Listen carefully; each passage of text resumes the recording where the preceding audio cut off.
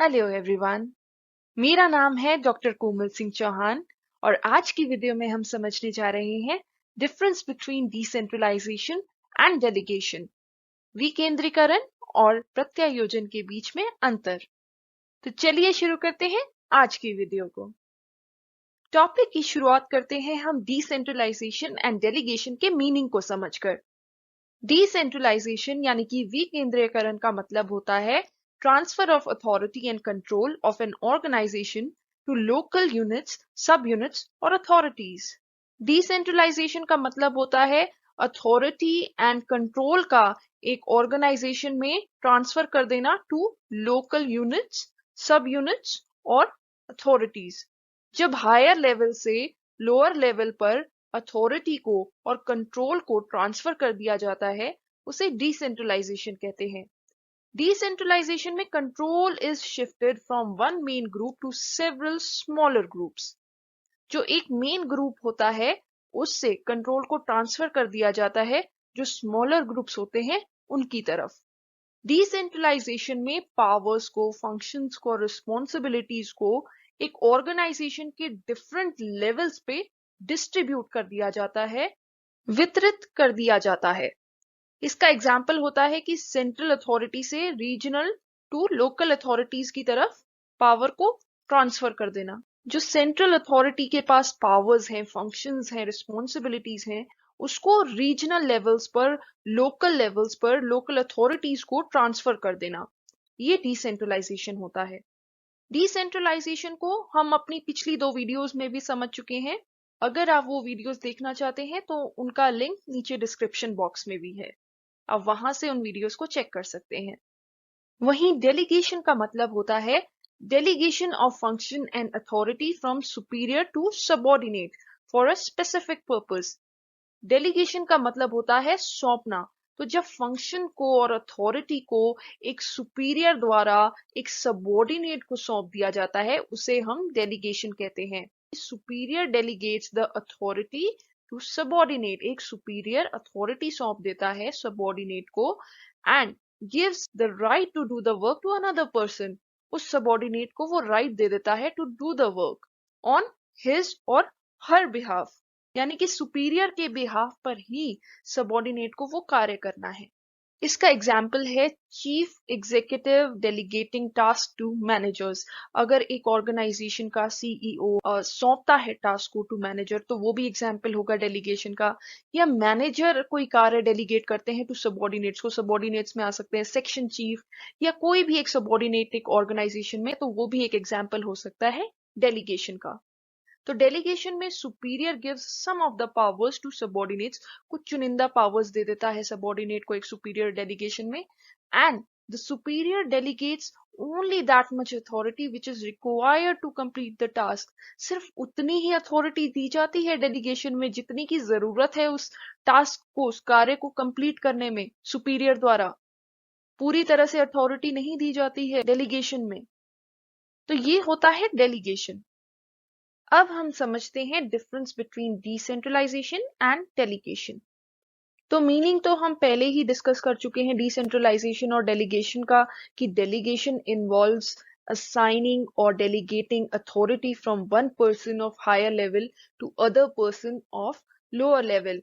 कि जब एक सुपीरियर सबऑर्डिनेट को अथॉरिटी डेलीगेट कर देता है, सौंप देता है किसी कार्य को करने के लिए, उसे हम डेलीगेशन कहते हैं।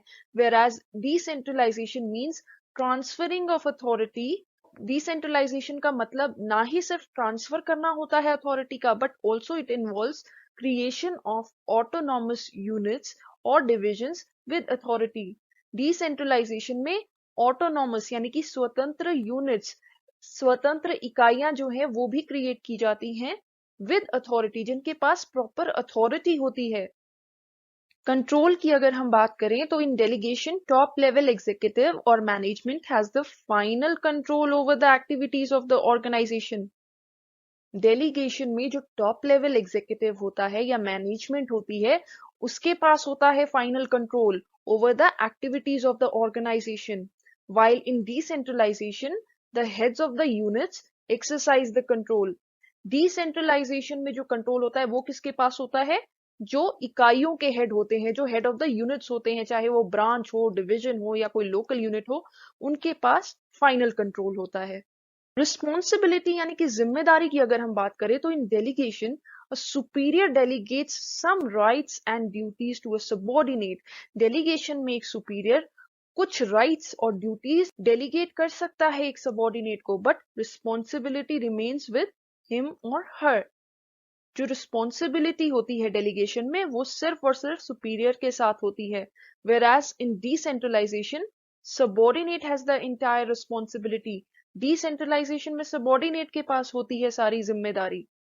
तो ये एक मेजर डिफरेंस है बिटवीन डिसेंट्रलाइजेशन एंड डेलीगेशन, कि डेलीगेशन में सुपीरियर के पास होती है responsibility, whereas in decentralization subordinate has the entire responsibility. Next is authority. In delegation, only that much authority is delegated which is required for completion of a task. ये हम अभी पिछली स्लाइड में भी डिस्कस कर चुके हैं कि डेलीगेशन में सिर्फ उतनी ही अथॉरिटी डेलीगेट की जाती है, सौंपी जाती है, जितनी की जरूरत होती है एक कार्य को कंप्लीट करने के लिए, whereas decentralization leads to creation of independent units with proper authority.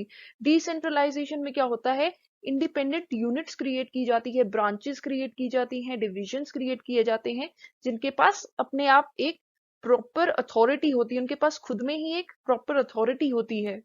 तो this is another difference between decentralisation and delegation. Decentralization में जो अथॉरिटी होती है उसका स्कोप बिगर होता है देन जो डेलीगेशन में अथॉरिटी होती है उससे। अब आता है नेसेसिटी यानी कि जरूरत। Delegation becomes necessary in an organization whereas decentralization is an optional policy. Delegation एक जरूरत है ऑर्गेनाइजेशन में, क्योंकि रोजमर्रा का ये एक काम है जिसमें एक सुपीरियर सबॉर्डिनेट को कार्य सौंप देता है। लेकिन डिसेंट्रलाइजेशन जो है ये एक ऑप्शनल पॉलिसी है, ये जरूरत नहीं है, ये सिर्फ एक ऑप्शन है। और ये एक ऑर्गेनाइजेशन में होनी चाहिए या नहीं होनी चाहिए, that depends upon the top management और top level of the authority. ये ऑर्गेनाइजेशन का टॉप लेवल या मैनेजमेंट डिसाइड करता है कि एक ऑर्गेनाइजेशन में डिसेंट्रलाइजेशन होनी चाहिए या नहीं होनी चाहिए। Next is size of an organization. Decentralization is effective only in big organizations which have lots of branches and hierarchy. Decentralization सिर्फ उन्हीं ऑर्गेनाइजेशंस में इफेक्टिव है जिसकी काफी सारी ब्रांचेस हैं या जिसमें हायरार्की मौजूद है, whereas delegation जो है it is effective and gives good results in all types of organizations. Decentralization तो बिगर ऑर्गेनाइजेशंस में ज्यादा सक्सेसफुल है, उधर ज्यादा जरूरत है बिगर ऑर्गेनाइजेशंस में, लेकिन डेलीगेशंस के लिए ये मैटर नहीं करता कि ऑर्गेनाइजेशन स्मॉल है या बिग है, सभी तरह की ऑर्गेनाइजेशन में अच्छे रिजल्ट्स देती है irrespective of the size. इसके बाद आता है फ्रीडम.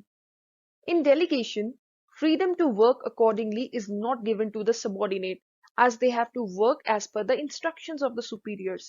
डेलीगेशन में सबॉर्डिनेट्स को सुपीरियर्स की इंस्ट्रक्शन के अनुसार कार्य करना पड़ता है और उनके पास इतनी ज्यादा फ्रीडम नहीं होती है कार्य करने की, whereas डिसेंट्रलाइजेशन में क्या होता है, freedom to work in decentralization can be maintained by the subordinates as they are free to take decisions and to implement it. Decentralization में सबॉर्डिनेट्स के पास फ्रीडम होती है टू टेक डिसीजन, उनके पास फ्रीडम होती है that they can take decisions and to implement them, वो implement भी कर सकते हैं उन डिसीजंस को। अनदर डिफरेंस इज नेचर यानी कि प्रकृति. Delegation is a day to day process and done in case there is burden of work. Delegation जो है ये एक डे बाय डे की प्रोसेस है, ये हर दिन करी जाती है एक ऑर्गेनाइजेशन में, और it is done in case there is burden of work. जब भी ऑर्गेनाइजेशन में कार्य का ओवर बर्डन होता है तो डेलीगेशन के फंक्शन को परफॉर्म किया जाता है, whereas decentralization on the other hand is the result of the big size and multifarious functions of the enterprise. Decentralisation result होता है ऑर्गेनाइजेशन के बिग साइज का. जब एक ऑर्गेनाइजेशन का साइज काफी बढ़ जाता है, उसकी काफी सारी ब्रांचेस हो जाती हैं, डिविजन्स हो जाती हैं, तब उस ऑर्गेनाइजेशन में डिसेंट्रलाइजेशन की जरूरत पड़ती है ताकि उन ब्रांचेस को भी कुछ अथॉरिटी दे दी जाए ताकि वो अपने आप से कार्य कर सके. तो ये थे differences between decentralisation and delegation. तो आज की वीडियो में इतना ही. अगर आपको मेरी ये वीडियो पसंद आई हो तो प्लीज इसे लाइक कीजिएगा, अपने दोस्तों और फैमिली रिलेटिव्स के साथ शेयर कीजिएगा और मेरे चैनल को सब्सक्राइब कीजिएगा। Thank you so much and आपका दिन शुभ हो।